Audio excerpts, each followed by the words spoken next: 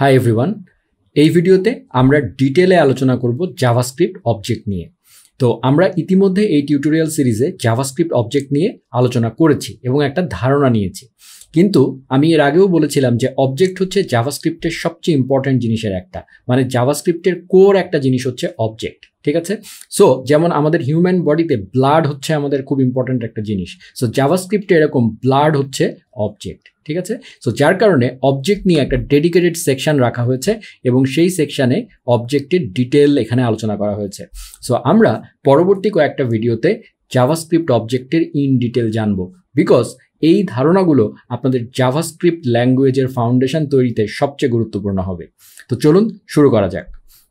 সবার আগে এই সেকশনে আমরা আলোচনা করব অবজেক্টের ডেফিনেশন নিয়ে।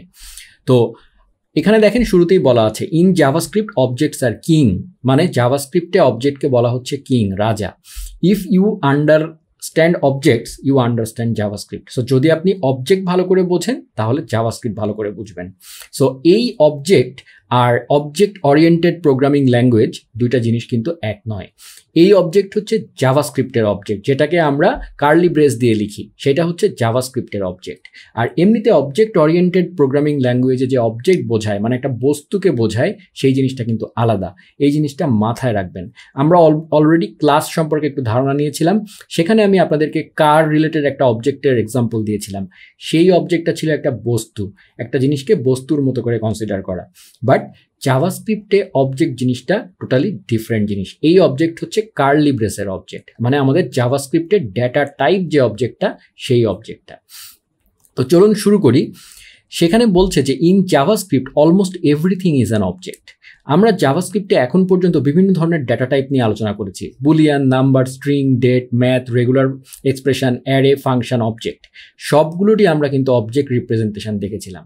আমরা এখানে দেখেছিলাম যে বুলিয়ানস ক্যান বি অবজেক্টস, মানে আমরা নিউ বুলিয়ান দিয়ে কিন্তু আমরা বুলিয়ান ডেটা টাইপ ক্রিয়েট করতে পারতাম, নিউ নাম্বার দিয়ে আমরা নাম্বার ক্রিয়েট করতে পারতাম।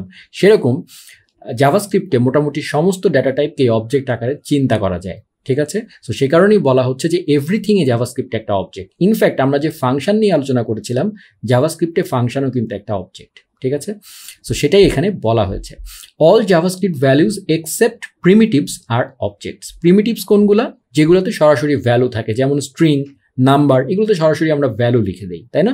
একটা জিনিসের একটাই ভ্যালু।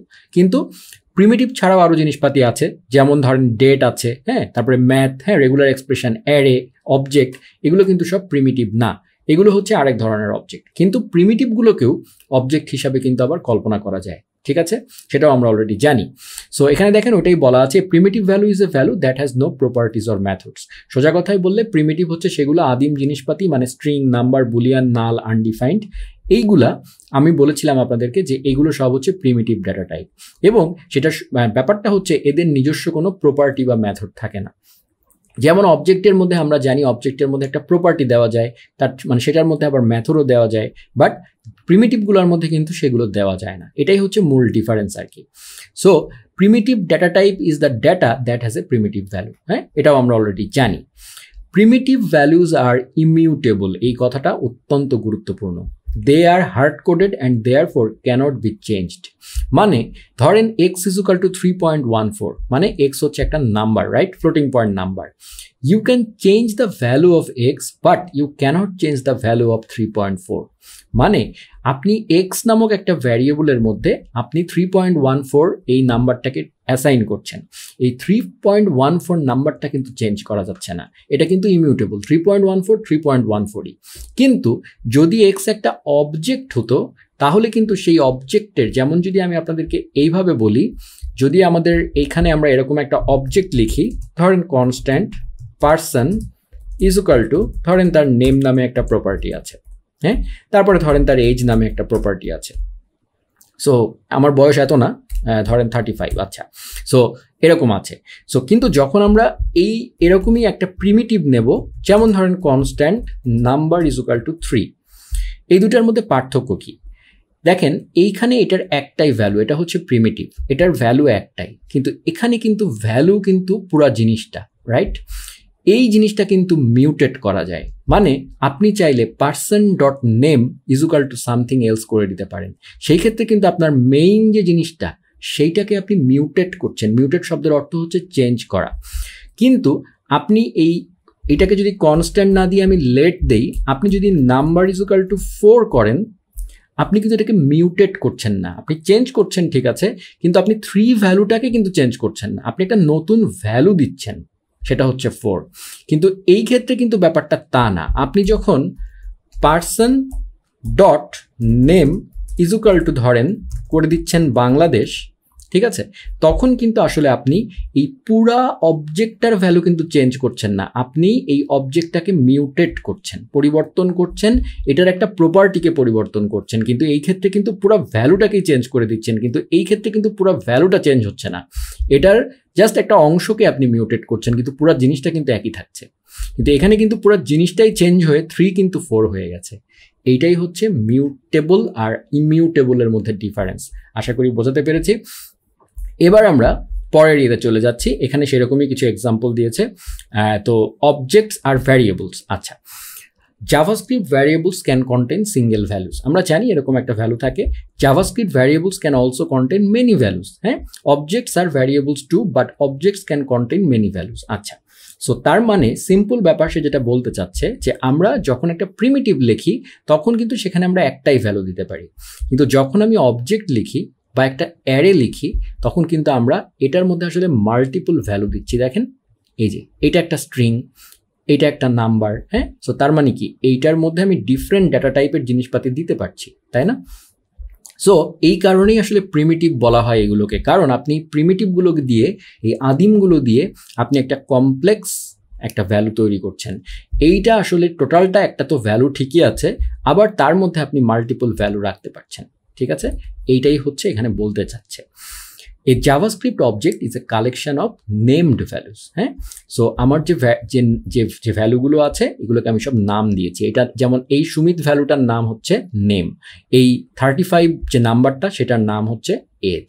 সো নেমড ভ্যালু দিচ্ছি আমরা অবজেক্টের মধ্যে, ঠিক আছে?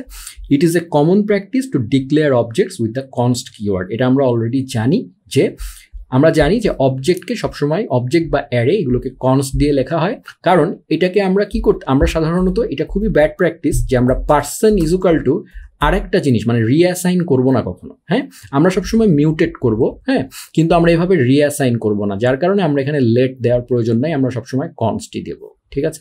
তো সেটা এখানে বলা হয়েছে, এটাই হচ্ছে বেস্ট প্র্যাকটিস। আচ্ছা, the named values in JavaScript objects are called properties. এটা আমরা অলরেডি জানি যে এগুলোকে প্রপার্টি বলা হয়, এই যে নেম, এজ, এগুলো। এবং অবজেক্টের মধ্যে আমরা চাইলে কিন্তু প্রপার্টি হিসেবে একটা মেথডও দিতে পারি, একটা ফাংশনও দিতে পারি। যেমন ধরেন আমরা দিলাম কিছু একটা ধরেন গেট নেম। হ্যাঁ, এটা একটা ফাংশন দিতে পারি কিন্তু আমি চাইলে এখানে। হ্যাঁ, মানে প্রপার্টি হিসেবে একটা ফাংশন দিতে পারি, এবং সেখানে আমি রিটার্ন দিয়ে দিলাম সুমিত। সো এটা কিন্তু একটা ফাংশন। হ্যাঁ, সো পার্সনের মানে এই অবজেক্টের মধ্যে আমরা চাইলে একটা ফাংশনও দিতে পারি, হ্যাঁ, রাখতে পারি প্রপার্টি হিসাবে, এবং সেই ক্ষেত্রে এই গেট নেমটাকে বলা হবে একটা মেথড। যখন একটা অবজেক্টের প্রপার্টি হিসাবে কোনো একটা ফাংশন থাকে তখনই সাধারণত সেটাকে মেথড বলা হয়। ফাংশন আর মেথড আসলে একই জিনিস। আচ্ছা, সো এখানে সেটাই বলা হয়েছে, objects written as name value pairs are similar to এই যে। আচ্ছা, এখানে অন্য প্রোগ্রামিং ল্যাঙ্গুয়েজের সাথে তুলনা করেছে, you can skip this.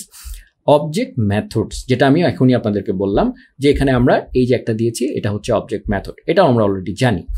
JavaScript objects are containers for named values called properties and methods. এটাও বুঝতে পারছেন যে একটা সিম্পল আরেকটা কথা বলেছে যে এটা হচ্ছে আমরা একটা কন্টেইনার, একটা বাক্সের মতো চিন্তা করতে পারি, যেখানে কিছু নেমড ভ্যালু থাকে এবং কিছু মেথড থাকে। এই আচ্ছা, ক্রিয়েটিং আ জাভাস্ক্রিপ্ট অবজেক্ট। আচ্ছা, এখন জাভাস্ক্রিপ্টে অবজেক্ট কিভাবে তৈরি করতে হয়। জাভাস্ক্রিপ্টে অবজেক্ট তৈরি করার 4টা নিয়ম আছে। হ্যাঁ, ডিফারেন্ট ওয়েজ আছে। ক্রিয়েট মানে প্রথমটা কি, ইউজিং অ্যান অবজেক্ট লিটারাল। হ্যাঁ, যখন আমরা এই যে আমি এইটুকুকে মুছে দিচ্ছি, সিম্পলিসিটির জন্য, আচ্ছা এটাও থাক। এই যে সিনট্যাক্সটা আমরা লিখেছি কার্লি ব্রেস দিয়ে, এটাকে বলা হয় লিটারাল সিনট্যাক্স, ঠিক আছে? লিটারাল মানে সরাসরি ভ্যালুর মতো করে লিখে দিয়েছি, আমি নিউ কিওয়ার্ড ইউজ করছি না, আমি সরাসরি ভ্যালুটা এখানে লিখে দিয়েছি, এটাকে বলা হয় লিটারাল সিনট্যাক্স। সো এইভাবে আমরা অবজেক্ট লিটারাল আকারে লিখতে পারি। Spaces and line ব্রেকস are not important. আচ্ছা, বাই দ্য ওয়ে অবজেক্টে কিন্তু স্পেস বা লাইন ব্রেক এগুলো ইম্পর্টেন্ট না। আপনি ফার্স্ট নেমের পাশেই যেরকম সরাসরি পাশাপাশিও লিখতে পারেন, লাইন বাই লাইনও লিখতে পারেন, অ্যাজ লং এজ আপনি কমা দিচ্ছেন, এরকম ফরম্যাটটা ফলো করছেন এবং কমা দিচ্ছেন, তাহলে আর কোনো সমস্যা নাই। This example creates an empty JavaScript object and then adds 4 properties. আচ্ছা, এটা হচ্ছে আরেকটা ওয়ে যে আমরা চাইলে এরকম একটা ব্ল্যাঙ্ক নিয়ে তারপরে তার মধ্যে ইচ্ছা মতো প্রপার্টি এভাবে একটা একটা করে অ্যাসাইন করতে পারি, এটাও আমরা দেখেছি এর আগে। আচ্ছা, সেকেন্ড ওয়ে হচ্ছে using the JavaScript keyword new. হ্যাঁ, সো আমরা চাইলে এরকম নিউ বড় হাতের অবজেক্ট, আমরা জানি স্ট্রিং এর ক্ষেত্রে বড় হাতের একটা স্ট্রিং আছে, নাম্বারের ক্ষেত্রে বড় হাতের একটা নাম্বার আছে, এরা হচ্ছে সিম্পলি এভাবে চিন্তা করবেন, এরা হচ্ছে বাবা, মানে স্ট্রিং এর একটা বাবা, তার থেকে আমরা নিউ স্ট্রিং করে আমরা সেটার একটা ইনস্ট্যান্স তৈরি করতে পারি। সেরকম অবজেক্টের ক্ষেত্রেও আমরা করতে পারি, ঠিক আছে, এভাবেও করা যায়। কিন্তু আমরা অলরেডি জানি যে ফর রিডেবিলিটি, সিম্পলিসিটি এবং এক্সিকিউশন স্পিড তিনটার ক্ষেত্রেই এই জিনিসটা অ্যাভয়েড করাটাই বেটার হবে। এটা আমি অলরেডি আপনাদেরকে বলেছি যে সমস্ত ক্ষেত্রে নিউ ইউজ করবেন না, যেমন যেটার লিটারাল সিনট্যাক্স অ্যাভেলেবল আছে সেটার অলওয়েজ লিটারালটাই ইউজ করবেন। জাভাস্ক্রিপ্ট অবজেক্টস আর মিউটেবল, এটা আমি একটু আগে আপনাদেরকে বলেছি। যেমন objects are mutable, they are addressed by reference not by value. এটা আমরা অলরেডি জানি যে যখন আমাদের একটা অবজেক্ট থাকে, এইটাকে চিন্তা করবেন এটা মেমোরিতে একটা জায়গায় এই জিনিসটা আছে, রাইট?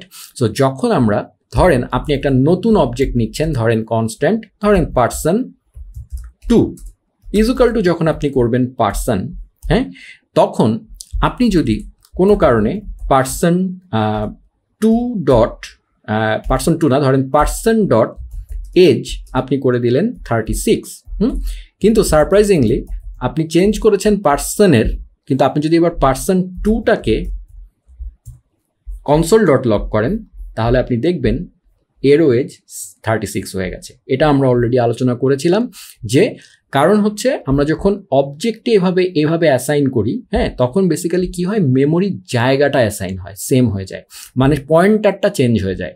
মানে প্রথমে এই পার্সন যে জিনিসটা, সে আসলে একটা মেমোরির লোকেশনকে ডিনোট করে, ঠিক আছে? সো এই লোকেশনে এই জিনিসটার রেফারেন্স রয়ে গেছে, হ্যাঁ। সো যখন আমি পার্সন 2 ইকুয়াল টু পার্সন করছি, তার মানে ওই যে জায়গাটা, মানে ওই জায়গাটাকে পার্সন পয়েন্ট করেছিল, এইটা হচ্ছে ধরে নেন জায়গাটা, এই পার্সন জিনিসটা, এই পার্সন ভ্যারিয়েবলটা ওই জায়গাটার দিকে পয়েন্ট করেছিল। যখনই আপনি পার্সন 2 ইকুয়াল টু পার্সন করছেন, তখন পার্সন 2ও ওই সেম জায়গাকে পয়েন্ট করে আছে, ঠিক আছে? সো যার কারণে যখনই আপনি যে কোনো পার্সন 2 ডট এজ করেন আর পার্সন ডট এজ করেন, আসলে একটা জায়গায়, সিঙ্গেল জায়গায় চেঞ্জ হচ্ছে, ঠিক আছে? এইটাই হচ্ছে রেফারেন্স ভ্যালুর সংজ্ঞা। সো এখানে সেটাই বলছে যে if person is an object, the following statement will not create a copy of person. So আমরা যখন এরকম নতুন একটা দিচ্ছি, তখন আসলে পার্সনের কপি তৈরি হচ্ছে না, ওই পার্সনটাই হয়ে যাচ্ছে, কিন্তু তাকে পয়েন্ট করে আছে এক্স নামে আরেকটা জিনিস, সেম জিনিসটাই। এই যে the object x is not a copy of a person, it is person, এটা আসলে পার্সনই রয়ে গেছে। Both x and person are the same object, any changes to x will also change person, যেটা আমি অলরেডি আপনাদেরকে বললাম, সেটাই এখানে বলা আছে। সো এইটা হচ্ছে অবজেক্টের যেগুলো আমরা বললাম, এগুলো হচ্ছে অবজেক্টের বেসিক। এই টিউটোরিয়ালে আমরা যেগুলো জানলাম, এগুলো হচ্ছে অবজেক্টের একেবারে কোর কনসেপ্ট। এর পরের টিউটোরিয়ালে আমরা অবজেক্টের প্রপার্টির আরেকটু ডিটেল জানবো।